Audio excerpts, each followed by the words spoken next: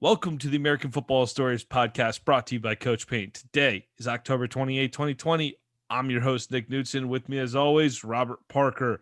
On today's episode, we will look ahead to this weekend's games and give our gambling advice for select college football matchups and week 8 of the NFL. What time is it? Game time! It's gonna be special. They're gonna talk about this forever.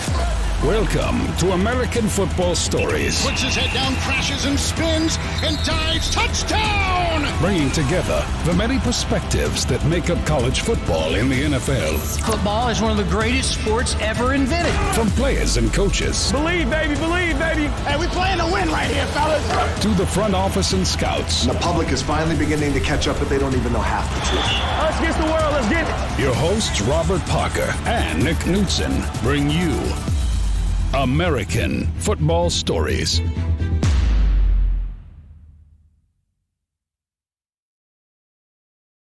All right, jumping right into the college football schedule. We got Wisconsin and Nebraska. Big Ten sees its first cancellation due to COVID. North Texas and UTEP is postponed. Marshall versus FIU also postponed. Rob, once again, we talked about it last week. Canceled is being used instead of postponed.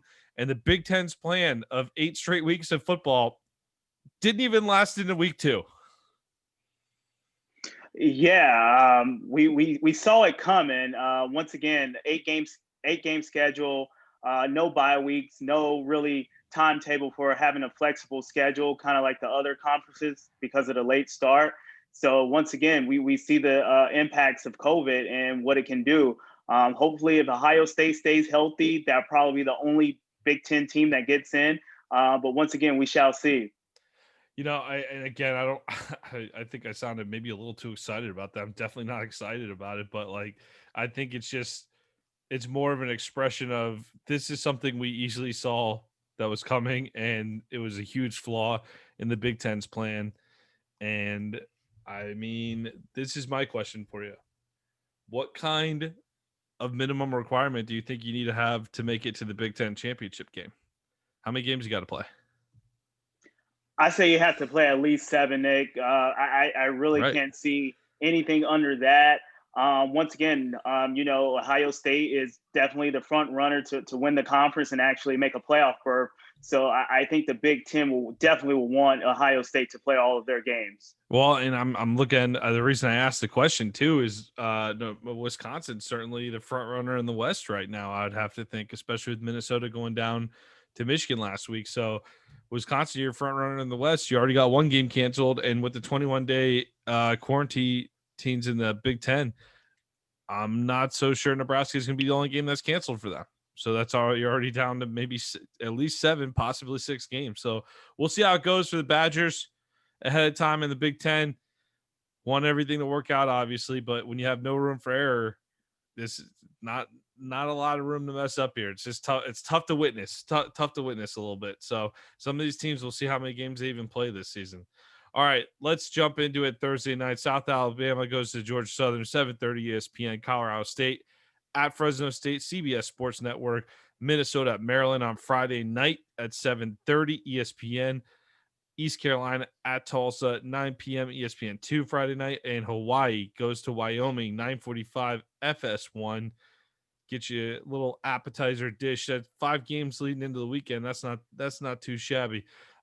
Saturday at noon, the Clemson Tigers feel like they're occupying that noon slot this year. They're playing Boston College, and the Tigers are an underwhelming 31-point favorite, and the over-under is at 61. Bovada is not even offering a money line on this, Rob, but we did see last week where someone made an $8,000 bet to win $8.60, I believe, on Clemson on the money line. Yeah, so I'm pretty sure we wasn't going to see a money line on this game this week with Boston College.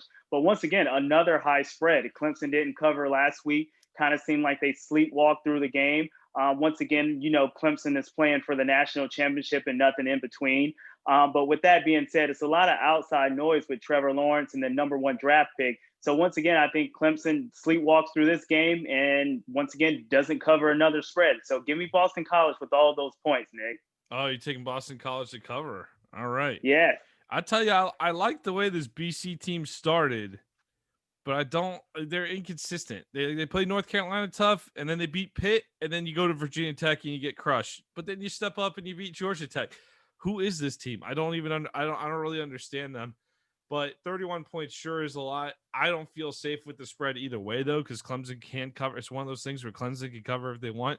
I'll take the over at 61 just to be safe because I think Clemson's going to score points, and I think Boston's College has proven they can throw the ball around the yard a little bit.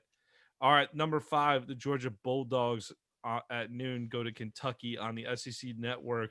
Georgia is a 15-point favorite, minus 700 on the money line, and the total is at 42.5. Rob, why is the total so low in this game?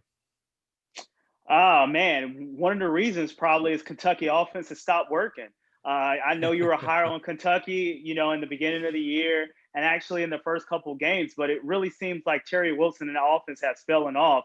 And once again, I know that Georgia defense gave up a lot of points to Alabama, but it's still a great Georgia defense. And once again, I don't think they give up a lot of points, so that's probably why that over under is low. But I'm going to take Georgia on the spread in this one. I don't think they get caught looking ahead to play in Florida. I think they handle business. And give me Georgia in that defense. I think they have a bounce back defensive performance against Kentucky. 100% agree. I'd love to sell you Kentucky, but that was pretty disappointing effort at Missouri last week. I'll take the dogs at minus 15 as well. Memphis goes to Cincinnati at noon on ESPN. The Bearcats are 7-point favorites, minus 240 on the money line, and the total is at 55.5. Rob, I watched that Cincy SMU game last week, and I know the Bearcats won pretty big. I wasn't that impressed, though. Didn't impress me. I didn't think SMU played particularly well, and the game was 28-13 late. Cincinnati put on a couple touchdowns to pull it away and make it look like a blowout, but it was a fairly competitive contest most of the time. If this were in the Liberty Bowl, I think I'd be a little higher on Memphis, but Memphis has been a little back and forth too. Not totally sure what to think of the Tigers. Do we think this is going to be a high scoring game? I can definitely see it being a high scoring game. Once again, the Memphis Tigers went 2-0 against Cincinnati last season. So, it's going to be a great competitive game, and I can definitely see it going over. Just like you said, I wasn't too impressed with Cincinnati over SMU. I was more disappointed in SMU. I thought they would, come out and compete a little bit better, but they really didn't. But once again, Cincinnati has a great team, but this Memphis team has been great. It's been a great program for at least the last 5 years. So I think they can stick around and they can give them a competitive game. So one thing that I'm confident taking in this game is definitely the over. Okay, you're going to take the over at 55.5. I'm going to take Cincinnati on the money line. Even though I'm not I guess I'm kind of starting to criticize Cincinnati here a little bit because they're the number 7 team in the country. And I realize we have an entire conference not playing football still. So this rating's a little bit inflated, but not by much. I think if this were a regular type of season, Cincinnati would be pushing the top 10 right now. Anyway, so they're kind of in the ballpark of where they should be, but it just doesn't feel like a top 10 football team you're watching them. I think they're good. They're going to really compete for the American. I think things are lining up for them in the American. Memphis is one of those teams where I definitely think they can give Cincinnati a hard time, but I'm going to say Cincinnati. Things are starting to line up for them to win the American this year. I'm going to take the Bearcats on the money line. Michigan plays Michigan State in a game that is normally something to get excited about. Noon on Fox. Guess this is going to be your big noon Saturday game. The Wolverines are 24.5-point favorites, though, minus 2,500 on the money line, and the over-under total is at 53. Rob, obviously you're coming off of a loss to Rutgers. If you're Michigan State, people are going to be low on the Spartans heading into a game against Michigan where the Wolverines look so good on Saturday night against PJ Fleck and the Minnesota Golden Gophers. But I got to say, 24.5 points. I know the offense, Joe Milton, people are excited, but do we trust Michigan with that kind of point spread? Right now, I think you kind of have to trust them with that, point spread right now. I'm definitely bullish on Michigan after the big win in week 1 against Minnesota. They really won the game in all 3 phases, special teams, defense, and offense. I know they're breaking in a new quarterback in Joe Milton. We joked about it on social media. It was people out there saying he looked like a creative player, baby Cam Newton. So it was a lot of, talk about Joe Milton at the quarterback position. But once again, from a hardball's team, they're going to play great defense. And that defense looks like, it has a playmaker on all three levels of the field and it's flying around. And just like you said, Michigan State coming off a horrible loss to Rutgers, that's pretty damning on that Michigan State program. They're really in rebuild mode right now. So I really like Michigan with this spread. 7 turnovers though for Michigan State. And I think this is going to be a game where so many people. And by the way, the total's at 53. Did I say 53 or 55? I thought I read it wrong. It's at 53. I think the Spartans are capable of hanging around, but the loss to Rutgers scares me a little bit. But the one thing I am convinced of, it's that Michigan defense, like you said. I think they're going to shut down the Michigan State offense. I don't think Michigan's going to have to score a ton in this game, but just in case Sparty is feeling a little spunky, we'll go a little conservative here. I'm going to take the under at 53 even, because I think that Michigan State, they tend to show up in this game over the last decade and a half, but you might be right. Michigan State might have a serious rebuild ahead of them. Let's go to the Big 12. We got Kansas State going to West Virginia, another noon game here. Kansas State, explain to me why they're a 3.5 point underdog. Can't understand that for the life of me. Plus 150 on the money line, and so that would make West Virginia minus 170 on the money line, and the total is at 46. Kansas State at West Virginia. Rob, the Wildcats have looked pretty good the last several weeks. They're 4-0. They're sitting on top of the Big 12. I know they had that bad loss to Arkansas State to open the season, but why are we hating on Kansas State in this game? Why are they the underdogs?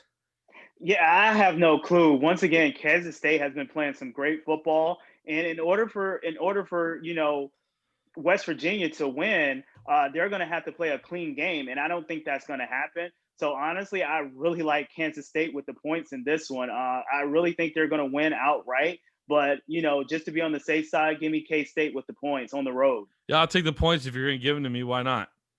Why not? I'll take them. But, yeah, I think K-State on the money line could be okay. But, yeah, I'll take the points just in case. Not a bad pick at all. All right, Coastal Carolina getting to the Sun Belt. Coastal Carolina, the number 20 Chanticleers play at Georgia State on noon. ESPN, they're going to be on at noon on ESPNU. Coastal Carolina is only a 2.5 point favorite in this one, minus 140 on the money line, and the total is at 60. Look, Georgia State, they're one of those programs that could show up, they can play a tough game. They seem to lack a little consistency in my book from what I've seen from them. They'll play tough for most of the game, and then they'll kind of fall apart a little bit here and there. But they have beaten East Carolina this year. They've played Arkansas State tough. They played Louisiana tough, and they escaped Troy last week. How are we feeling about Georgia State coming into this one, Rob? Not too good. Once again, Coastal Carolina has been rolling. They're ranked, and you gotta tip their hats off to that post game celebration last week after beating Georgia Southern. So I know you got a chance to see that on social media. So that was amazing. So it really seems like this team is having fun, and their rank. I don't think they slip up. I think they handle business. So give me Coastal Carolina with the point. And again, we're in too much agreement today, but I was going to pick Coastal Carolina minus 2.5. So Chanticleers moving on, staying undefeated. Let's see how high they can get in the rankings. All right, Iowa State goes to Kansas noon, FS1. The Cyclones are 28.5 point favorites. Need to adjust the prescription on these glasses here. The total is at 52. 28.5. It's a good deal for the Iowa State offense, Rob. Brock Purdy, we talked about it last week. He hasn't exactly been on, but this Kansas team, they're in some kind of funk, aren't they? Yeah, they're pretty horrible. And I know we talk about, the Big 12 not necessarily playing on the defense side of the ball. It really seems like this Kansas team doesn't play on either side of the ball because their offense and defense is just downright horrible. And just like you said, you mentioned Brock Purdy, and we talked about him on the next level from a scouting perspective. I just didn't see the progression that I wanted to see this season so far. He could turn that around, but once again, I don't feel comfortable taking Iowa State with that many points. Mm-hmm. But one thing I do, feel comfortable with is the over. So I'm going to take the over in this game, Nick. Over at 52. You know what? I don't feel awesome about Iowa State in the points, but I'm gonna take them. 28.5. It's a lot. But if they could do it against anyone, it's Kansas. All right, UTSA goes to Florida Atlantic at noon.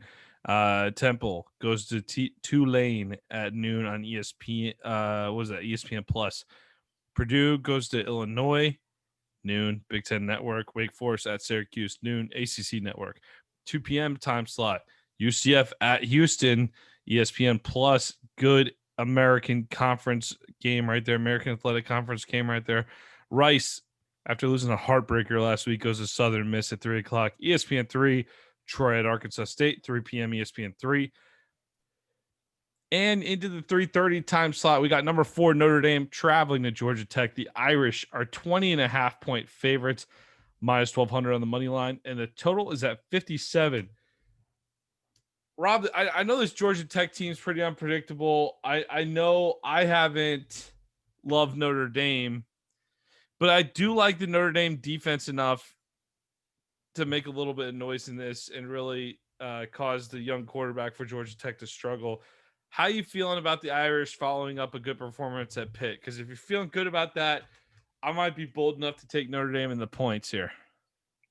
I feel pretty good that they will follow that great game that they had with the great game this week. However, one thing that I'm really looking forward to, if Notre Dame is looking towards Clemson, this could be a trap game for them. So I'm really not confident in taking the points with Notre Dame. I think they kind of might get out to an early lead, but kind of pull some of their starters to kind of rest up for next week. I know Brian Kelly already mentioned that they're already in preparation for the Clemson game. So that's one thing that I'm keeping an eye out on for. So I might take the under in this game. Take the under at 57 even. Okay. That makes sense. I'm going to take Notre Dame to cover. I think Georgia Tech, I think they've proved they can be scrappy when they're playing not a great team. And I don't know if Notre Dame, I don't think they're a great team. So that's probably a bad way to say it. But when they're playing kind of middle of the road competition, they seem to be pretty tough. But when they go up against the big boys, Georgia Tech, they've fallen on their faces here. I mean, that 73-point outburst by Clemson, that just gives me real hesitation to put much faith in the Jackets in this one. I'm going to go with Notre Dame to cover the 20.5. Let's move to 3:30 on the Big Ten Network. Undefeated Indiana versus undefeated Rutgers. Hey, I asked a question at the beginning of the episode, Rob, about the minimum number of games. If there is no minimum requirement, what's to stop Rutgers from just taking the rest of the season off and trying to get their way into the Big Ten title game? Yeah, I know, Rutgers had a great win against Michigan State week 1. But once again, this is Big Ten football. Great win for Rutgers. But I think this Indiana team is kind of legit, especially with Michael Penix Jr. at the quarterback position. He's a reluctant runner sometimes, but incredibly dangerous when he leaves the pocket. I think everyone saw that on that last, 2-point conversion where he stretched out. And, it's a controversial call, but it's so close that you can't really overturn it. So I think Rutgers gets this. I think Indiana gets this win. So I'm going to go Indiana money line. So Indiana is a 10.5-point favorite, minus 400 on the money line, and the over under total is at 52.5. Indiana on the money line, that's not a bad pick, Rob. That's pretty conservative too with Rutgers. And I don't know, like Rutgers can prove it to me. That's a nice win. That's a nice win last week. I'm not sure how good Michigan State is, though, if it was that big of a beatdown. 7 turnovers also helped Rutgers. Don't think they're going to get 7 in this game. I'm with you. I think Penix and the Hoosiers, I think they could play some ball, and great win for them last week. I think they followed up with a good performance at Rutgers here.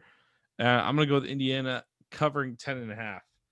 All right, let's continue in the 3:30 slate. UAB travels to Louisiana Tech. TCU travels to Baylor at 3:30. ESPN 2. LSU goes to Auburn. 3:30 CBS. And Rob, yes, we did talk about Indiana Rutgers before we talked about LSU and Auburn.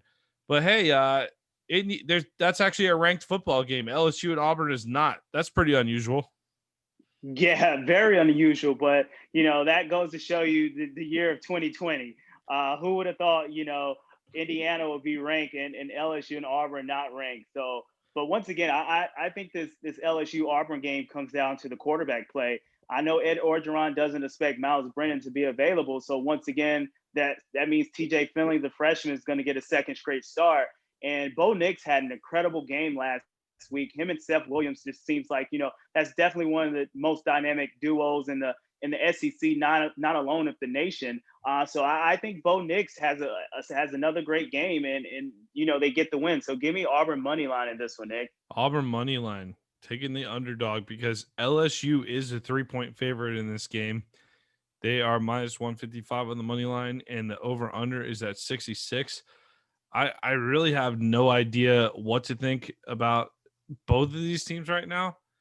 LSU, that was quite a performance last week against South Carolina. I thought they were vulnerable with the freshman quarterback TJ Finley. Finley comes in, plays great, and I think people are looking forward to watching him play on Saturday as well.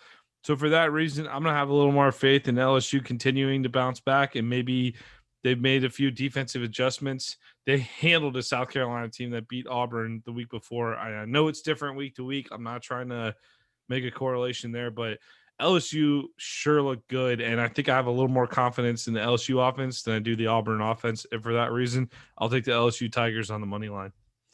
3:30 on ESPN. Northwestern goes to Iowa, who, man, what a puzzling loss to Purdue by Iowa. Texas goes to number 6, Oklahoma State, 4 p.m. on Fox. The Cowboys, number 6 Cowboys, they are 3.5-point favorites, minus 165 in the money line, and the total is at 58.5. Rob, I expect this to be high scoring, but 58.5, they should be able to get there as Big 12 teams. I'm taking the over at 58.5. I was debating it out loud, but this is a big game for Oklahoma State. You have really a 2-game lead over Texas and Oklahoma. They have two L's in the loss column, and if you're Oklahoma State, you're in the playoff hunt right now. You really, if you win out in your Oklahoma State, you're going to get a playoff spot. So this is a massive, massive game for Oklahoma State, and we will be watching the Cowboys closely until they drop one. Yeah, you mentioned it. This is definitely, a big time game for Oklahoma State. And I'm actually going to put stock in Oklahoma State because I know they know what they're playing for. And I think they're going to come out, from the opening kickoff to the, last whistle being blown, and they're going to play tough football. So I think Mike Gundy knows what's at stake here, and he's going to get his team prepared. So give me Oklahoma State with the spread. Oklahoma State covering 3.5. They make me a little nervous because they have a tendency to choke. Texas has a tendency to step up in games where you kind of count them out, especially under Tom Herman. That's been the case.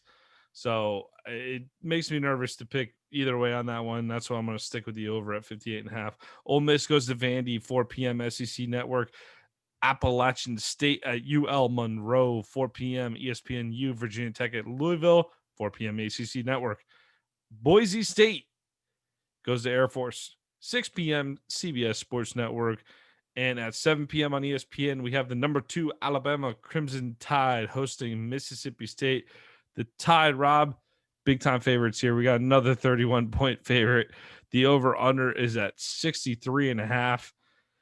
I would think the over would be easy to hit, but this Mississippi State offense has been anemic the last several weeks. Are we really banking on a score here much? I'm going to take Alabama to cover the 31.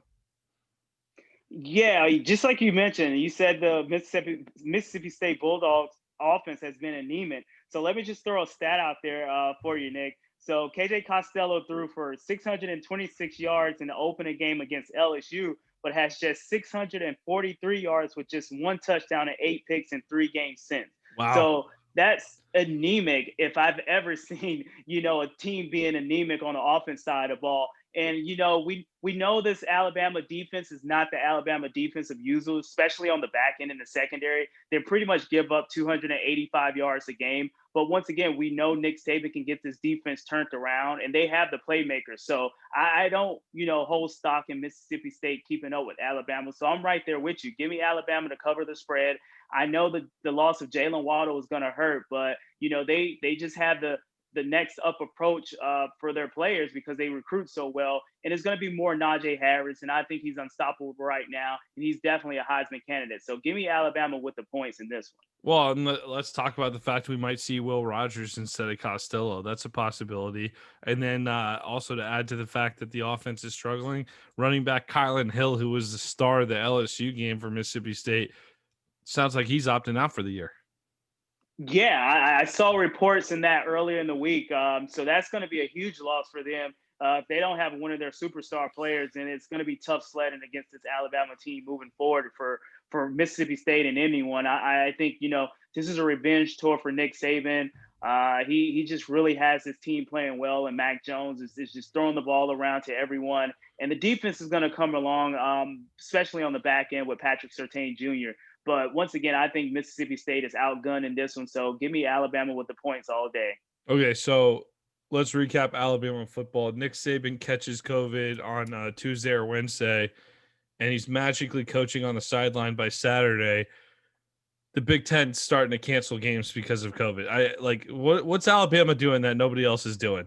How's that happen? That's a great question, but they I have guess the vaccine. They're holding it until the Tide are out of the national championship hunt. Am I crazy for thinking that? I don't think you're too crazy. I mean, when you win that many national championships, I'm pretty sure you got something something extra other than the other schools. But once again, Alabama is just it's a machine, and we can definitely be seeing an Alabama Clemson matchup, or you got to throw Ohio State in there, especially with their performance. But Alabama is just a machine, and they're just moving forward and just running all over teams. So it's not going to be a good day for Mississippi State and KJ Costello, or the freshman Will Rogers, no matter who's back there at the quarterback position. All right, the New Mexico Lobos are traveling to San Jose State, 7 p.m. FS1. Charlotte going to Duke, 7 p.m. ESPN3. Ohio State goes to Penn State. Happy Valley, 7:30 p.m. ABC. Rob, this is usually a fun game every other year. It's usually the whiteout game at Penn State, 8 p.m. ABC. Kirk Herbstreit, Chris Fowler. There's always a fun one. Penn State has been really tough in this one in recent years, but not so much expected this year. Ohio State 13-point favorites, minus 470 on the money line. The total is at 63.5. Rob, the only thing I have a concern with the Buckeyes covering the spread is that defense. How are we feeling about the Buckeye defense after last week's performance in the opener against Nebraska? The Huskers really hung around for about 3 quarters. Yeah, I think, once again, when you lose the type of playmakers that Ohio State defense lost, it's definitely going to be an uphill battle. But I think the defense comes around. But with that being said, I think they have enough talent to cover the spread against Penn State. We thought, Penn State was going to be the primary challenge to Ohio State, but that was before they lost last week to Indiana. So, but is that a bad loss? We like Indiana, right? I think Indiana's not a bad team. I know Penn State fans, I'm sorry. Yes, it's bad to lose to Indiana if you're Penn State. I respect Penn State. But what I'm saying is, this isn't like your daddy's Indiana. This is like a pretty good Hoosiers team. Yeah, I mean, it's not your typical Indiana Hoosiers team, but once again, with James Franklin and in the Penn State, and the type of recruits that they get in, we know that they lost Michael Parsons to opting out, and of course Journey Brown, the running back. They lost him due to a medical condition or issue or whatever. But at the end of the day, they have enough talent to overcome a good Indiana Hoosier team, and they didn't do it. So therefore, when you kind of stack them up against Ohio State, who's the elite of the elite, I don't think they can compete. So hopefully, it turns out to be a good game. But I love Ohio State with the spread. I think they cover.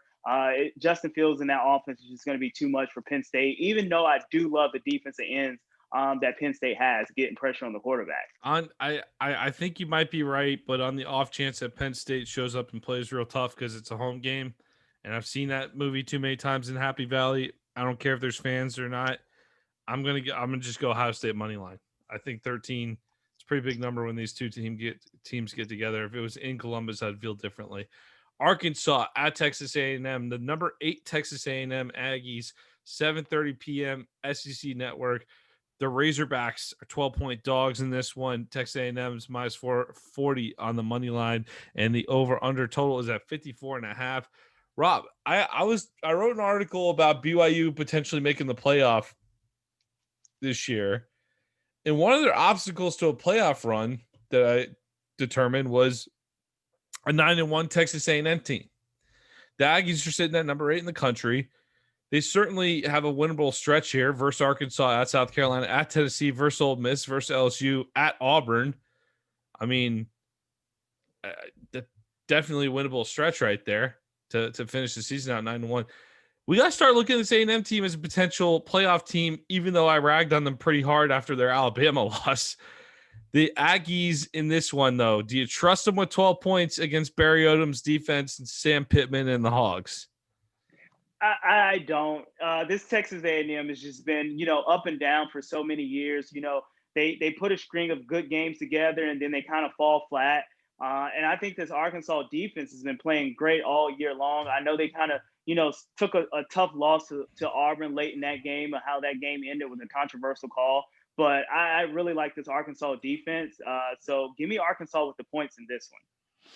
Yeah, I'm gonna go. I think that's not a bad pick at all, but I think this could go. I could see this game going really any which way, and it's really because I don't trust A&M, but I do trust A&M to find a way to win. I'm gonna take the Aggies on the money line.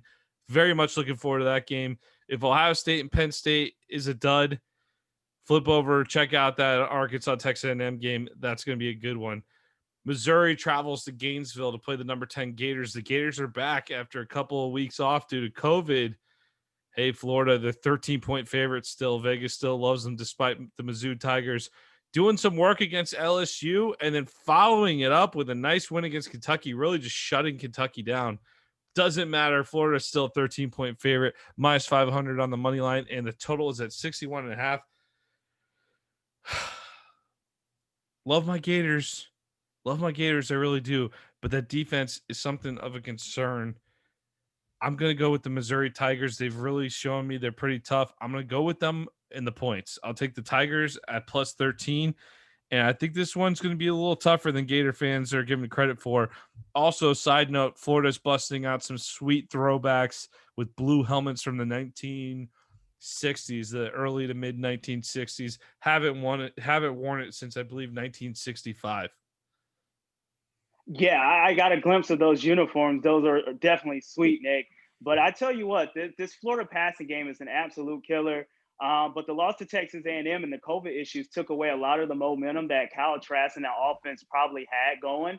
And just like you said, the defense has kind of been shaky right from the start. Mm-hmm. So maybe the COVID issues kind of clean up some of the defensive stuff that was going on the defense side of the ball. Whether it was coaching or whether it was just the players playing out of position, whatever the case may be. So I kind of think they shake things up on the defense side of the ball. But once again, I'm not that confident in this Florida defense. So I'm not going to take the points, and I'm really, really going to be safe on this. I think Florida gets the win. So give me Florida on the money line. I know it's a lot of juice, but I'm willing to lay the juice, especially because, with the COVID issues and the defense, the way it's looking. So give me Florida on the money line. Yeah, I don't think that Gator fans should react too strongly to whatever they see on the field on Saturday night, because I'm not sure if we're going to get the full product. So we'll see what it is. But man, what a tough this Gator team was really primed to look like they might make a playoff run. But I think that Gator fans, you've been sitting on that Texas A&M loss for a few weeks now.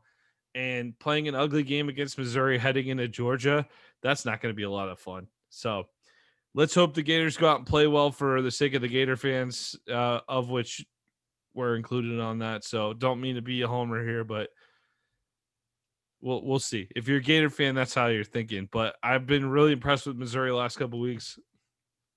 Tigers plus 13, like it, taking it. All right, Navy. SMU, 7:30 p.m. ESPN2. Wrapping up the rest of the day here. North Carolina at Virginia, 8 p.m. ACC Network. Oklahoma at Texas Tech, 8 p.m. Fox. Louisiana at Texas State, 8 p.m. ESPNU. San Diego State at Utah State, 9:30 p.m. CBS Sports Network. Western Kentucky goes to BYU at 10:15 p.m. ESPN, and at 10:30 on FS1, Nevada goes to UNLV. Rob will have to watch that BYU game at 10:15, so be ready to stay up on Saturday because we got a big guest coming on from the Desert News. His name is Jay Drew, and he covers the BYU Cougars, and we'll have him on next week. You ready to talk some BYU football next week, Rob? Definitely ready to talk some BYU football, Nick. Once again, BYU is a dark horse right now to make the college football playoffs. As long as they keep winning, it's going to be hard for the college football committee to kind of keep them out. But just like you mentioned earlier, that 9-1 Texas A&M team might keep them out. And if Oklahoma State runs the table, then that's another team that's probably going to be in over BYU. But BYU is right there as long as they keep winning. Well, we got the Pac-12 starting too, so maybe an undefeated Oregon, but it's getting close. The stars had to align for that to happen, and they're getting close to aligning. It's not a crazy idea. All right, Rob, you got any final thoughts on college football before we flip over to the NFL? No final thoughts. Ready to dig in some NFL, so I'm ready. All right, we'll be right back with the NFL after this, but first, going to read a quick ad from our sponsor, Coach Paint.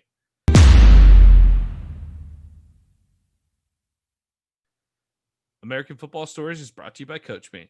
Coach Paint is a great tool that allows us to add graphics to player highlight clips similar to graphics you see on TV. Coach Paint offers the ability to clearly tell a straight video while increasing retention of information in a shorter amount of time. Up your game with Coach Paint today.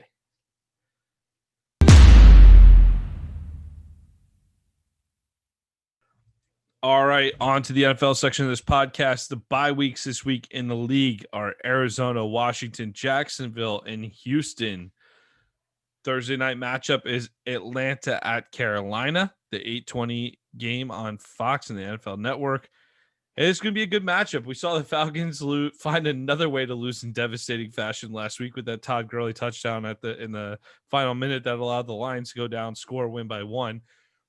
Panthers are 3-point favorites here, minus 140 on the money line, and the over-under is at 51.5.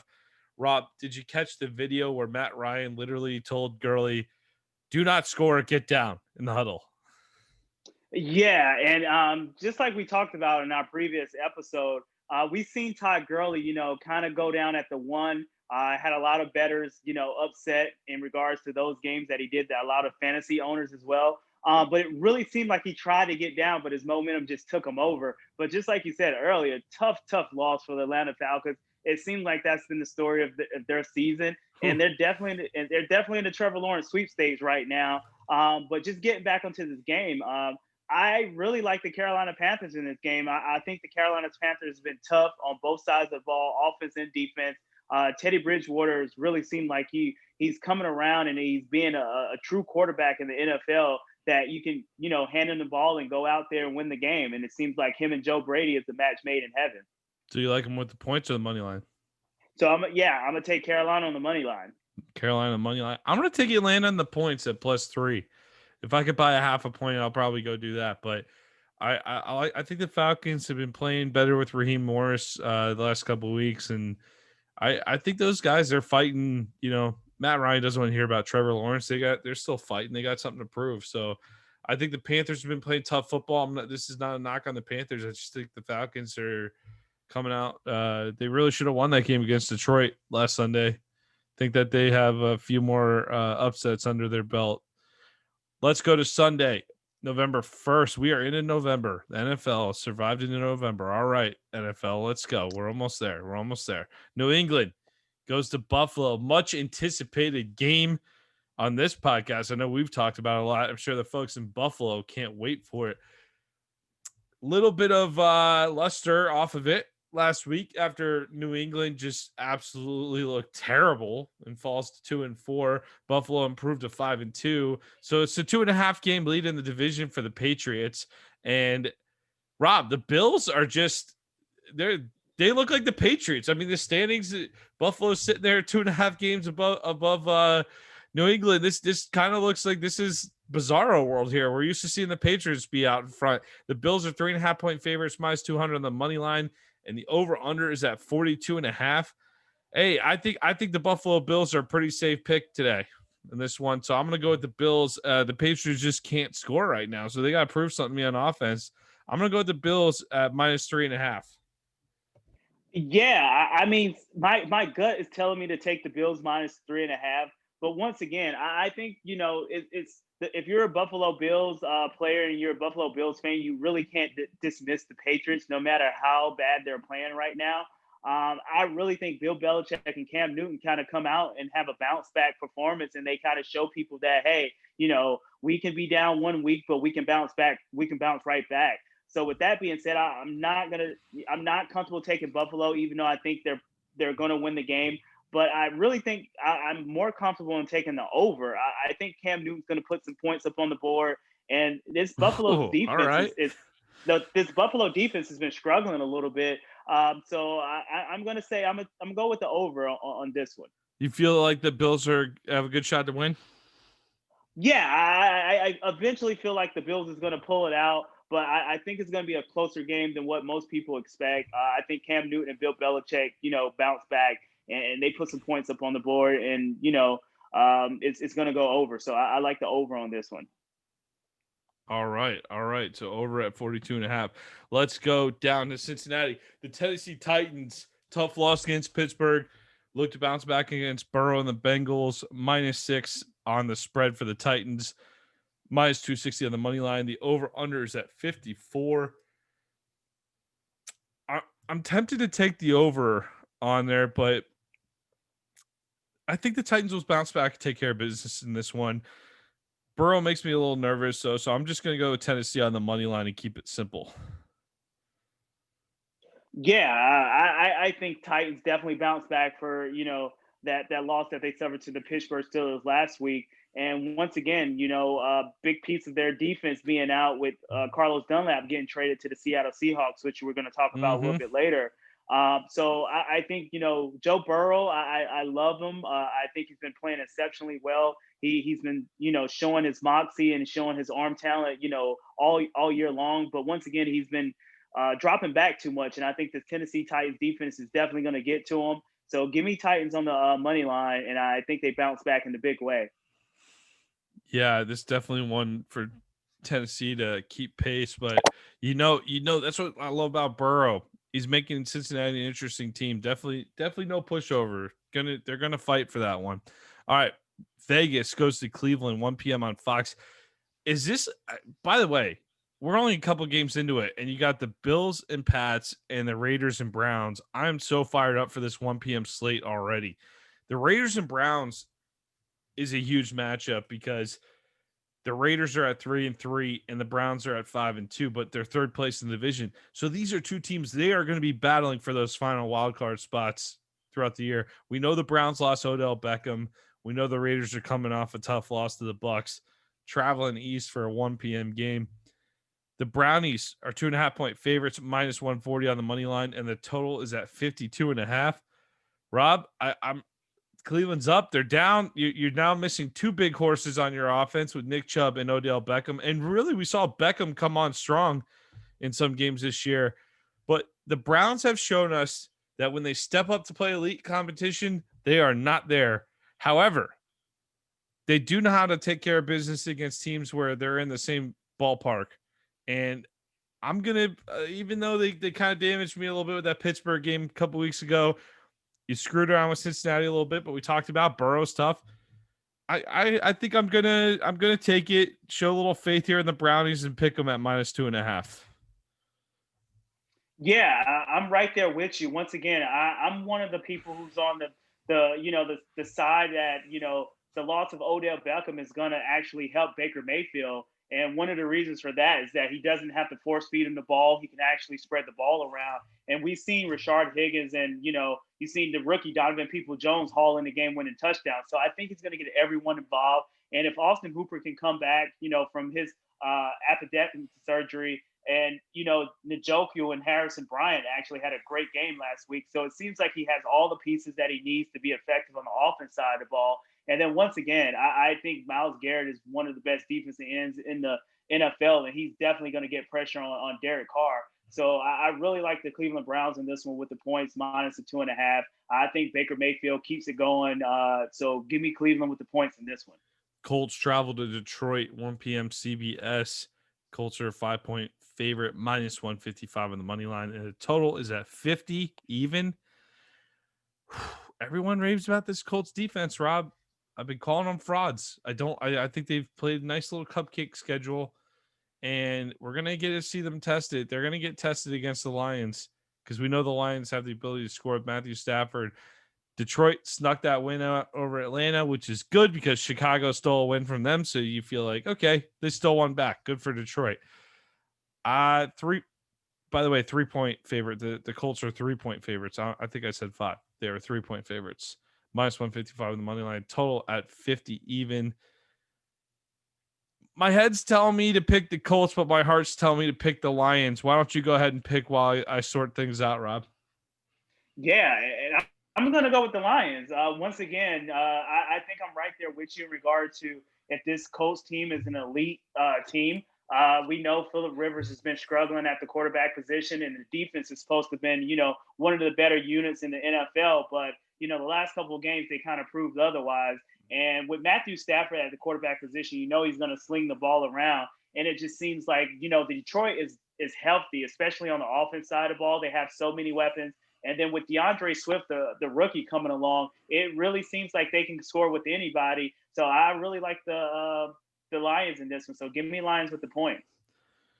So you're taking Detroit at +3. I'm gonna go with my head. I'm gonna go with my head here. I'm gonna take Indy on the money line. I think Detroit.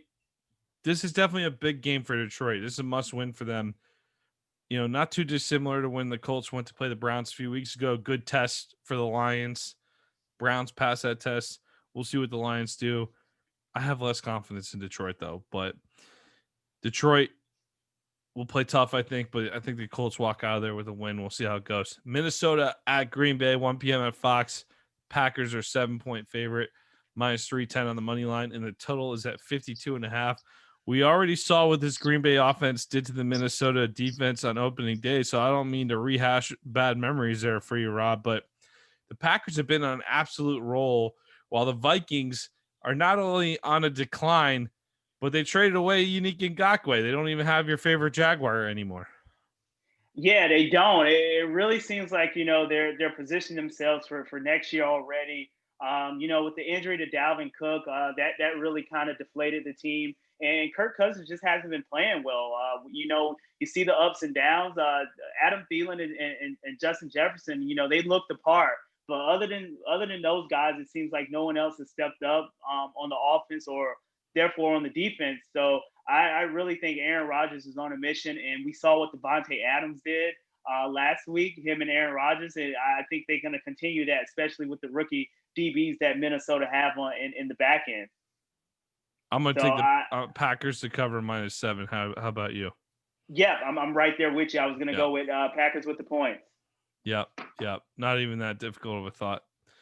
New York, the Jets, they travel to Kansas City in the matchup that we're all just dying to see. The Jets and Chiefs, two of football's finest. Kansas City, minus 19.5 points. The money line's not even an option on Bovada, and the total is at 49 even. I think they're expecting you might have to rely on the Chiefs to score most of the 49 if you're going to get there. This Jets offense is absolutely anemic. It's the Lev Bell revenge game, though. You buying into that narrative? No, I'm not buying into that narrative. Is it a narrative? Because I literally just made it up off the top of my head. Yeah, I don't think it's a narrative at all. Once again, he wasn't there long enough for it to be an actual revenge game. Now, I'm pretty sure he wants to come out and play well and kind of stick it to Adam Gase. But once again, I think he's in a position where he's not thinking, short term, he's thinking long term. And that's to kind of hold up the Lombardi trophy. So with that being said, give me the over in this one. I really think, the Jets played the Buffalo Bills well last week. And I think the Jets, they're going to slip up and they're going to beat a team that no one expects them to beat. I don't think it's going to be this week with the Kansas City Chiefs, but look out for the Jets slipping up and winning one game and beating a team that no one thinks they should have beat. kind of like similar to last year when they beat the Dallas Cowboys. But back to this game, I like the over on this one. I think it's too many points to take, but once again, it's professional. So those guys on the Jets get paid as well. But I really like the over in this one. I don't think it's too many because I think the Chiefs can score at will, and I don't think the Jets can score much at all. So, I mean, I think this is easily you're looking at somewhere they might throw the throttle down, but I think you're looking at 35-14, something like that at best. But I'm pretty sure Kansas City's going over 40. I'm pretty sure the Jets are staying under 20. So I feel good about the 19.5 on that. All right, the Los Angeles Rams coming off a Monday Night Football win against the Bears. Rob, did you get to catch much of that game on Monday Night Football? Yeah, once again, we thought the Chicago Bears were a better team than what their record showed, but clearly, their record, they had some tough wins, they gutted out some wins, but I don't think the Bears team is true to their record. But I really love this Rams team. I've been telling you, I know You you've have. been I not sold you. I you, sold the stock. I you, liked them you early, and haven't. then I sold my stock. Yeah, you sold your stock, and you were talking about the Rams end up beating up on the NFC East with the Cowboys and the Giants and so forth. But it was a great win against this Bears team, especially a Bears defensive team, and it really seemed like this Rams offense was clicking. So I really like the Rams in this one with the points, especially with a first time starter in Tua. So yeah, the Rams are going down to Miami to play the Dolphins. Tua's debut. It's a 4-point spread. The Rams are favored. Minus 190 on the money line, 46 even on the total. Hey, you like your Rams? I'm going to continue to oppose you just for the sake of it now. And I'm taking the Dolphins at +4. But I actually do feel like this Miami team's been playing very well. The defense is tough. And I'm excited to see what Tua brings to the offense. Kind of a weird time to bench Ryan Fitzpatrick. Never thought I would complain about Ryan Fitzpatrick being benched for Tua. But here I am. I mean, this Dolphins teams, they've been on a roll. You're at 3-3 division, and it's kind of like if it ain't broke, don't fix it. I'm not totally sure that their logic was, well, we'll start Tua when he's ready. And I don't think you're getting a worse quarterback by any means, but are you ready to deal with a rookie who's going to make some mistakes when you've won 3 out of 4? Yeah, once again, we talked about this on previous pods. It was definitely a shocking to hear that Brian Flores was going to bench Ryan Fitzpatrick to start Tua. Mm-hmm. I know they had a bye week this past week, which kind of helped them get prepared for it. But once again, it just really seemed like the Dolphins was rolling on both sides of the ball. It really seems like Ryan Fitzpatrick kind of rallied the guys, and this team was moving in the right direction. But new face in Tua, the left-handed quarterback, and they're putting all their stock in him. And let's see what he can do. So I'm excited to see how he plays against this tough Rams defense. I'm rolling the dice in this one, sticking with Miami +4. But this is definitely a game to keep an eye on. The Rams at the Dolphins, 1 p.m. on Fox. All right, 1 p.m. on CBS. The Steelers and Ravens battle for AFC North supremacy like they do almost every year. It's in Baltimore. The Ravens are favored by 3.5, minus 190 on the money line, and the total is at 46.5. Baltimore, big game for Baltimore, especially because you already got slammed by the Chiefs, and if the Steelers come out and mess them up, it's going to do some bad things for the Ravens in terms of optics. The Ravens, they need this game. This is a very important game, not only for the division, but for kind of reclaiming. I feel like there's been some luster that's been lost since that Chiefs game. Is that me, or am I reading too much into the national perception, or is that my own?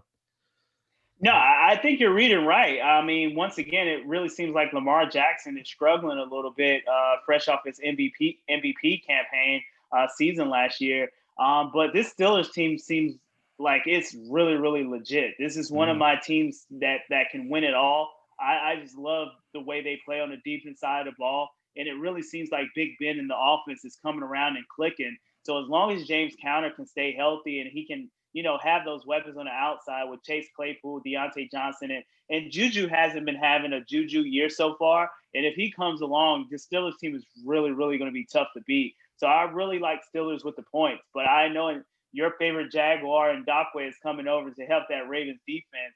But once again, I really like the Steelers in this one. So give me the Steelers with the points. I'm gonna show a little faith in Baltimore. I'm a little nervous about this pick, but the Ravens they took care of the North while Big Ben was out last year. Certainly an opportunity for Big Ben and the Steelers to pull ahead by 2 games, so massive opportunity there. But the Steelers they had a battle last week. That game against the Titans, I think that it's tough to put 2 of those together, and we know that games with the Ravens are always a dogfight. Last time we saw the Ravens out, though, they didn't look too awesome against the Eagles. So we'll see how it goes. They had 2 easy wins against the Washington and Cincinnati before that. But this is a big game for the Ravens, particularly because you're talking about that stretch I brought up a few weeks ago. You got the Steelers, Colts, Patriots, Titans, Steelers. That's a pretty good 5-game stretch. And if you started out with a loss to Pittsburgh, I worry about what Baltimore is going to look like heading into December. So I think this is just absolutely massive game for Lamar and the Ravens. I'll take the Ravens to cover at -3.5. Let's move out west. The Los Angeles Chargers getting a win over the Jaguars last week in LA. Justin Herbert looking good again. Goes up against Drew Lock and the Denver Broncos.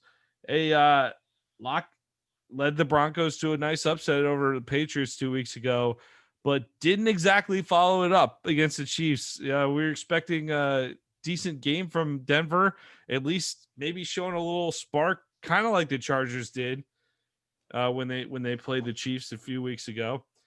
But we really didn't see much of anything. This Denver offense continues to struggle. Are you thinking they'll struggle against this Chargers defense? Yeah, I think they're continuing to struggle against the Chargers defense, Nick. And Justin Herbert has really been playing lights out. So normally when it comes down to these picks, you want to pick the better quarterback, and that's right. And right now it's Justin Herbert. So give me the Chargers with the points in this one. I think the offense is gelling. The defense is definitely a tough defense. So give me Chargers with the points, even though they're on the road. I'm going to take the Chargers in this one. LA is the 3-point favorite, -175 on the money line, and the total is at 44.5. I'm very tempted to take that total, but the Broncos offense is scaring me off on it a little bit.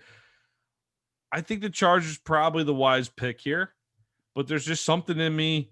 I think Denver's going to battle. I think they're going to bounce back. I think we're going to see a little something from Drew Lock. And if you're giving me the Broncos and the points at home in Mile High, I'll take the Broncos. Maybe it's a little too cold for those LA boys. We'll see how it goes. Broncos +3. I'm taking that right now. All right. New Orleans goes to Chicago.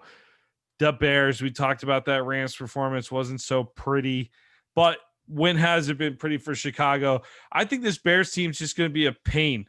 They're a team you can't count out. So I'm not going to write them off immediately. New Orleans is a 4.5-point favorite, -210 on the money line. Total is at 45.5, the over-under.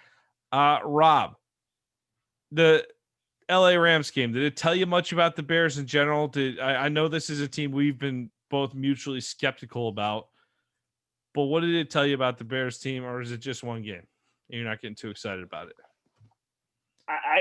It tells you that the Bears doesn't have the playmakers on the offense side of ball. I mean, we know they have Allen Robinson, but he went down late in that Rams game. I think he's in the concussion protocol right now.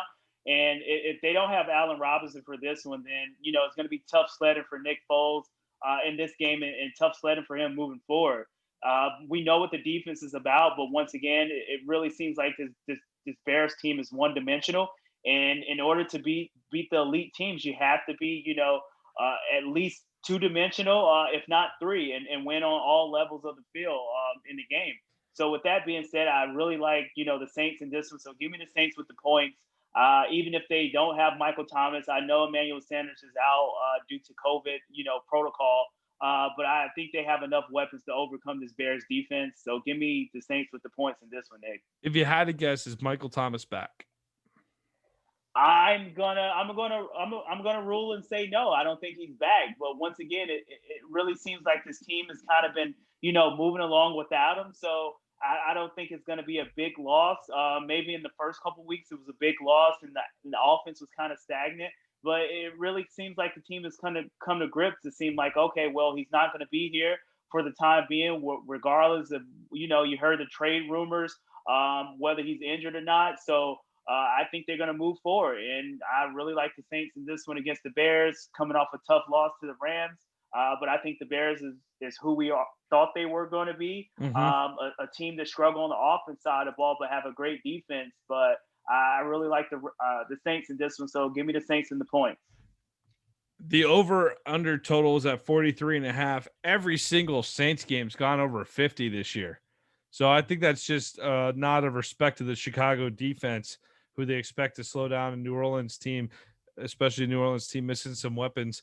But I think this is what makes Sean Payton great. I think they'll find a way to deal with that Chicago defense. And I think that the Bears will look a little better on offense because the Saints defense has sure been giving up a lot of points too. I mean, if you look at the scores, it really is like, listen to the scores from the Saints this season. All right. You're 6 games in, you're 4-2. I'm not even reading the wins and losses. This is the score to every game. You ready? 34-23, 34-24, 37-30, 35-29, 30-27, 27-24. Do we know who this team is through 6 games? I think so. You're going to score a good bit. You're going to give up a good bit. 43.5. That's not asking much to get to. They'll give up a couple extra points to the Bears than the Bears are used to scoring, but the Saints will also figure out a way to get in the end zone a little more than some other teams. That over at 43.5 looks nice and easy to cross. So I'm gonna take the over in this one. The underestimated 49ers, underestimated by me, go to the Seattle Seahawks. And this is a massive, massive game in the NFC West, Rob. Minus 3-point favorite for Seattle, minus 150 on the money line, and the total is at 53.5. The NFC West standings right now are Seattle 5-1, Arizona 5-2, LA Rams 5-2, and the 49ers 4-3. I wrote the 49ers off after several injuries. Certainly didn't expect a win in New England like last week. I thought the Patriots were somewhat of the Patriots still, but we'll see this week, I guess. But the Niners they've been playing a lot better since that loss to the Dolphins. Jimmy G's looked good in the last couple outings. They seem like they're getting a little bit of swagger back on the offensive side of the ball. I'm tempted to go with San Francisco here because this is really, if they win this game, they're very much in the thick of things for the West. But if they lose it, that's a big blow, and they would officially be 3 games behind the Seahawks. So you don't want to follow 3 games out this early in the season. However, I think Seattle is upset about that loss to Arizona last week. They definitely know the importance of this game too. Russell Wilson and the Seahawks, they're not going to screw around too much. I think they take care of business, and I think they do it with relative ease in this one. I think San Francisco gave us some false hope the last couple of weeks, so I'll go with the Seahawks minus 3. Yeah, I'm right there with you, Nick. Once again, I think the Seahawks team is going to have a bitter taste in their mouth. In regards to that overtime loss last week against Arizona, and they bounced back in this one. Just like I mentioned before, normally in a matchup like this, I typically take the better quarterback, and we know Russell Wilson is the better quarterback over Jimmy G. So I'm going to take Seattle with the points in this one, and I think they kind of get tied up on the defense side of the ball, but they know the magnitude of this game, especially being a division game. So give me Seattle with the points in this one. What do you think about the Carlos Dunlap trade from Cincinnati? I think it was an awesome move on the part of the Seahawks. One thing that we talked about is the Seahawks on the defense side of the ball is not the Seahawks that we've grown to know. The Legion of Boom and all of that. I know Jamal Adams has kind of been banged up and out with injury, but I think the loss of Jadeveon Clowney was one of the bigger losses this offseason. And, they're bringing in the all-time sack leader in Carlos Dunlap for the Cincinnati Bengals. I think that's going to help. I'm not sure if he's cleared to play this week, but I know moving forward is definitely going to help. even if it doesn't translate into a double-digit sacks, he has the ability to get pressure on the quarterback, and that's something that the Seahawks can use right now. I think Jamal Adams is he's tied third on the team in sacks right now, and that seems like it's definitely a problem. Carlos Dunlap, 6'6", out of Florida, University of Florida, but he's a South Carolina kid in high school. I believe he used to return kickoffs in high school. You ever seen that film before, Rob? Yeah, I did. Actually, Beast. Dunlap coming out of high school in South Carolina, one of the 5A high schools in South Carolina, huge high school, and he was definitely a talent in high school and a talent on the next level in Florida. And he's just been a solid player, throughout his playing career. So Seattle got a good one, and hopefully he can help that defense moving forward. Yeah, great athlete, Carlos Dunlap. Dallas goes to Philadelphia, 8:20 NBC. I'm sure this game was a lot more attractive when they scheduled it. I couldn't find the spread on it, but that's partially because we don't know who the Dallas Cowboys quarterback is. So I think Vegas is waiting to release that. We're not going to pick the game, but let's just give a few thoughts here. Rob, the Cowboys have been struggling mightily without Dak Prescott, to say the least. It has been a little shocking, in my opinion. I thought the Andy Dalton signing was, I was like, wow, that's a great backup. That's an okay backup to have right there. When they signed him in the offseason, I was a little surprised. But then he really hasn't done much with this offense. And last week, obviously, he got a cheap shot to the head, ended up leaving the game. Ben DiNucci steps in, and the offense is just stuck. They're really struggling. But this Eagles team isn't exactly lighting up the world either. So are we expecting Philly to finally put together what might be their best game of the season and try to take control? I mean, the Washington football team is on a bye this week. So Philly can establish itself as a leader in the NFC East with a 3-4-1 record if they pull this one off.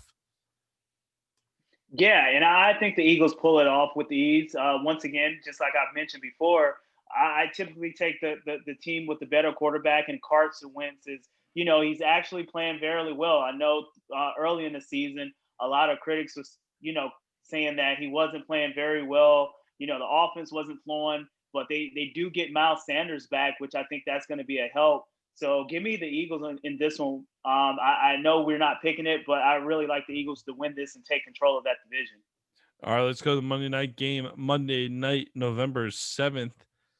Or November 2nd, Monday night, November 2nd, the Tampa Bay Bucks travel to New York to play the Giants, 8:15 ESPN. Bucks are 11-point favorites, minus 550 on the money line, and the over-under is at 46.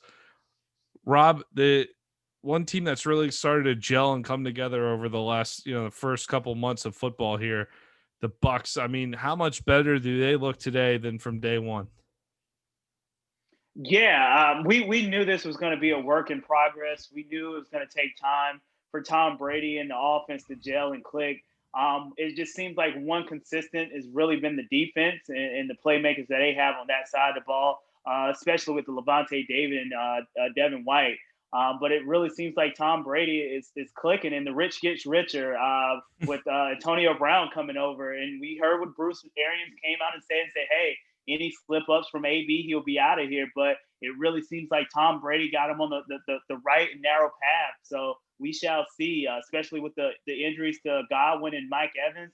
AB can step in. I know he's not going to play this week, but he should be back for next week. So I'm excited to see him and Tom Brady hook up again. I'll believe it when I see it. Wasn't the NFL talking about suspension? Yeah, they were, but for some reason, I haven't heard anything surrounding that. So maybe Tom Brady kind of used some of his special powers to kind of make some of that go away. Oh yeah, we know Roger Goodell loves Tom Brady and the Patriots from his Patriots days. We know that, right? I don't think so.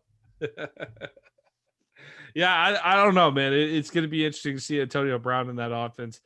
Hopefully, it works out for the Bucks. It's like you said, the rich get richer, but I'm not putting a ton of stock in Antonio Brown just yet. He's on a prove it basis. Let's see how it works. If it works out, though, that's going to be one hell of an addition.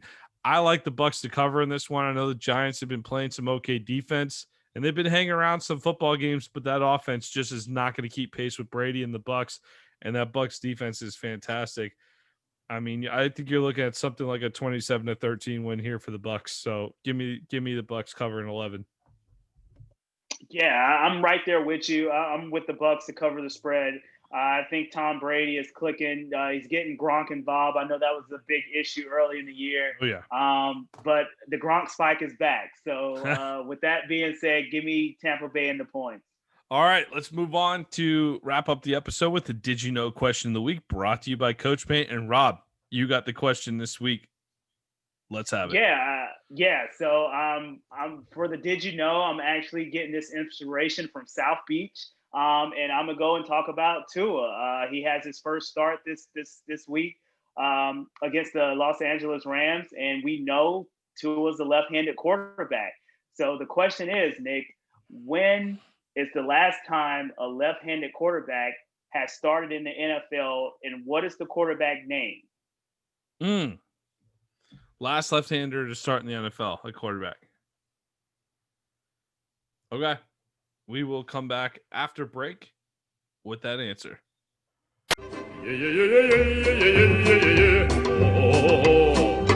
American Football Stories is brought to you by Coach Paint. Coach Paint is a great tool that allows us to add graphics to player highlight clips, similar to the graphics you see on TV.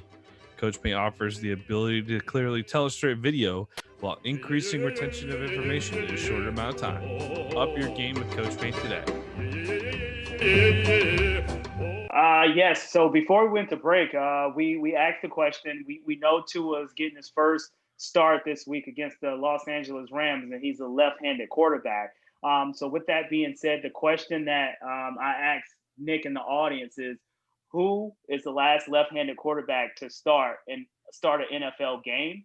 And a caveat to that, I'm actually going to add, it's only two left-handed quarterbacks in the Hall of Fame, and you have to name those two players, Nick. So you have a two-part question on your hand. Man. Well, for the Hall of Fame, I'm going to go with Steve Young and Ken Stabler. Okay. All right. So that was the easier of the two questions. I got that one. All right. Yeah. Good. All right. So Ken Stabler, Steve Young for the Hall of Fame. But, oh, man, there had to be – that's shocking. So, Rob, while I'm thinking, so they don't just hear me mumbling to myself, why is it that there's not a lot of lefties in the game? At quarterback. I mean, that's a great question. I mean, you'll have a lot of people to say that, the left-handed quarterbacks, you kind of have to adjust your route running and kind of adjust your depth perception with the left-handed quarterback because it's not the norm. But that's a great question, and maybe we can definitely dive into that on another pod. But you got it right. Only two left-handed quarterbacks in the Hall of Fame. So that just goes to show you that this is not a left-handed quarterback league. So will Tua be another one of those left-handed quarterbacks to make it in the Hall? We shall see. We know he got the mechanics and the tools to do it, but he has to put it together. But that's a great question, and we can definitely dive into that on another episode, Nick. I'm not totally confident in my answer, but for the sake of time, let's dive in on this. I'm going to go as the last left-handed quarterback to start in the league. I'm going to say Mark Brunell had a one-off start somewhere. So let's go with Mark Brunell, my former Jaguar quarterback. Yeah, great quarterback for the Jags, and Mark Brunell actually throwing out there to one of our guys, Keenan McCardell, and Jimmy Smith. But it wasn't Mark Brunell, Nick. It wasn't your Jacksonville Jaguars and Mark Brunell. Wasn't confident in it. I can't think of anyone right now off the top of my head that would have started more recently. You get two more cracks at it. So give me two more guesses. Oh, damn. Give me two more cracks at it. Let's see if you can get it. Oh, you're putting me on the spot here.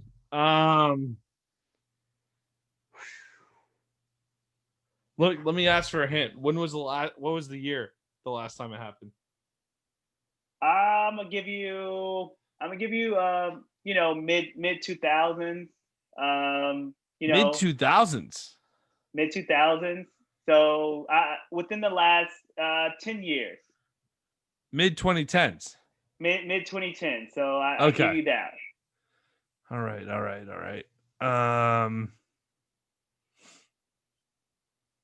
Was it a guy who started a bunch, or was it a guy who started some one-off games? Because I'm just at a loss right now. Great collegiate career. I'll give you that hint. Great collegiate career, but Matt Leinart? No, you get one more. You get one more, Nick. Oh, it was funny. I just watched the UCLA Miami game from 1998. Cade McNown was awesome at UCLA, but I know Brunell started more recently. Matt Leinart, man, I thought Leinart would have been the guest there. Whew. Mid 2000s, good collegiate career. Big school? Not a big Power school, 5? but not a Power 5. Not Power 5. Kellen Moore? Kellen Moore, offensive coordinator for the Dallas Cowboys. You finally got it, Nick. Kellen Moore? Kellen Moore, I had faith in you. You came through with the answer. All right. But yeah, so last left-handed quarterback to start in the NFL was Kellen Moore, which is the offensive coordinator of the Dallas Cowboys right now. So there you go, Nick. I made you sweat a little bit, but you came through and you got the correct answer. All right, man. That was a good question. We need to do an episode on why there's no lefty quarterbacks. That's interesting. Yeah. So hopefully Tua like can that lead concept. that next wave and play his way into the Hall of Fame. But yeah. Good luck to Tua on Sunday. And the Miami Dolphins, certainly a game I'll be watching a lot of. Hopefully, I'm sure Red Zone's going to be locked into every Tua throw. So sure we'll see plenty of that. All right, Rob, good episode today. You want to read us out? Yeah, sure. So we're gonna hopefully Tua holds it down for the shortage of left-handed quarterbacks this week. But with that being said, I'm going to read us out, and I would just like to thank the listeners to listen to this episode of American Football Stories. Once again, you can find us on Apple Podcasts, Spotify, and YouTube. Please subscribe and rate us 5 stars. Follow us on Twitter at American FB Stories, and check out our website at AmericanFootballStories.com. Once again, my name is Robert Parker III, and my co-host is Nick Knudsen. Thank you, and we'll see you again on next episode. You play to win the game. Hello? You play to win the game. You don't play to just play it. That's the great thing about sports. You play to win. And I don't care if you don't have any wins. You go play to win. When you start telling me it doesn't matter, then retire. Get out. Because it matters.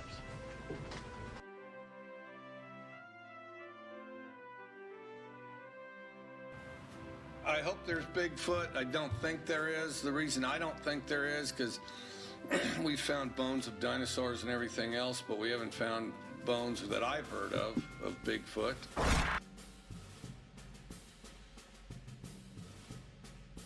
I'm very upset. We shouldn't have been in the ball game with fast field goal. The coach had sent him in. We shouldn't have sent him in. That's a dang coaching mistake. The kids are playing their tail off, and the coaches are screwing it up.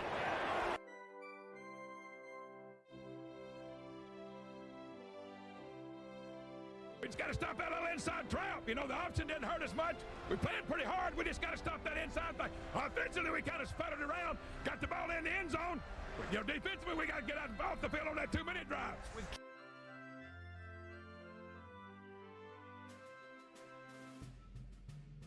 Injuries to your offensive line. What do you do in the second half? Oh, we're just going to play. We just got to keep playing. Thank you, Coach. He has a magnificent personality, I'll tell you.